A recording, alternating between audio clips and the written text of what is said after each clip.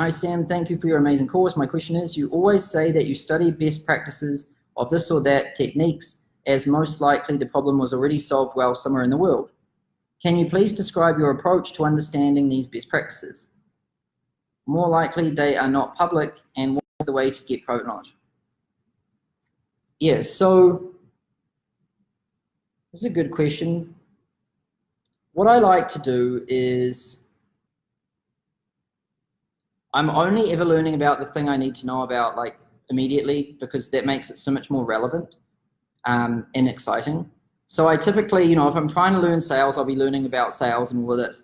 If I'm learning about marketing, it's that, ads, it's that. Like right now, what I'm trying to do mostly is like hire really talented people, build a great culture, build a great team of really talented people. And so most of my reading and thinking and all of that goes into that stuff, right?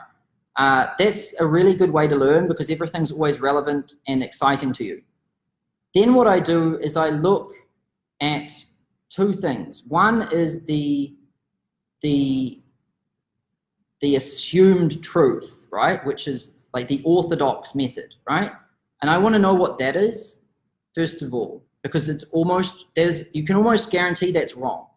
For example, in hiring, the orthodox method is to write a job ad, put it on a job board like Indeed.com, ask someone for their resume and their CV and make sure they have qualifications and university degrees and experience, and then just wait, sit on your ass, hope people will apply, and then if they do apply, sift through the resumes, sort through them, arrange interviews, ask people meaningless questions, like, and then if you think they're good based on no science, then hire them.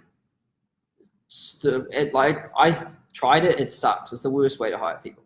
So I want to know when I'm learning anything, what's the like orthodox method, number one, so I know what not to do. And then I want to know like the best companies in the world, what are they doing?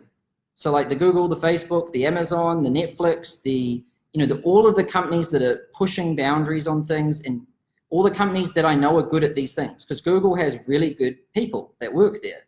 They're famous for that. So what are they doing? And then I'm trying to assess the difference between the orthodox method and the method that the best people in the world are doing. And I'm like, what is different here? And that's how everything becomes clear to you. You're like, this is what it is. Everyone's doing this, which is obviously wrong. And then the good people are doing this, which is like basically the opposite of this. So I'm going to try and do as much of this as I can. That's how I learn most of the time. So like, I'll give you an example now. We don't really put like job ads anywhere, especially on a job board. We don't require CVs or resumes. We don't even care if someone's got a university degree, right? Like, we don't ask someone if they've got a degree or for their resume or for anything. We basically just ask them like to answer a few questions that are specific to that job, and then and sometimes we're not even looking for experience. Most of the people we hire like don't have experience in the thing we're hiring them to do, and they definitely haven't studied that at college. And when you just try to find people who have experience and who have done that thing at college, you pretty much never find the right person. And then even if you do find that person, you'll hire them and they'll be wrong. Like, there is so much misinformation out there, and most people follow the orthodox method, which is most of the time wrong, which is like charging hourly, right? That's the orthodox method for consulting. Wear a suit, like go and rent an office that's worse than your house, and go and work from there, even though you could be more comfortable at your house, right? Just go do that, because that's what you do. Then wear a suit, even though you're not going to meet anyone and no one's going to see you. Just wear a suit because that's what you do. Have a briefcase. Then, like have a tie. Then, have business cards, even though they're totally useless. Get those. You need those. And then, have an assistant just to answer your phone so you look professional. And then charge per hour, and then invoice people after you've done the work, and then give them 30 days to pay you the money. Do lots of proposals, target all of the corporate companies, and basically work on your politics and your networking skills. Like, what the fuck is that? that is not, like, if that is torture, and none of that is even really right. It's like, when I analyzed that, I was like, that is basically all wrong, and I basically took that and just inverted it and did the opposite of everything. People are going to wear suits, all right, I'll wear shorts and a t-shirt.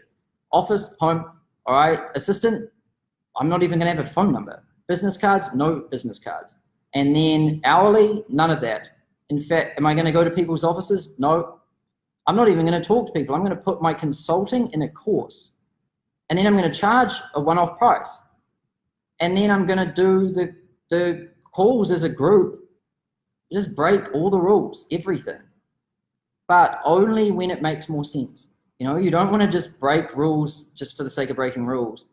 But when it's blatantly obvious to you that the way everyone is doing it is wrong, and that you know that you have a better way and you really believe it, just have the courage to do that. It works most of the time. And then everyone's like, oh my God, how did he come up with that? And it's common sense.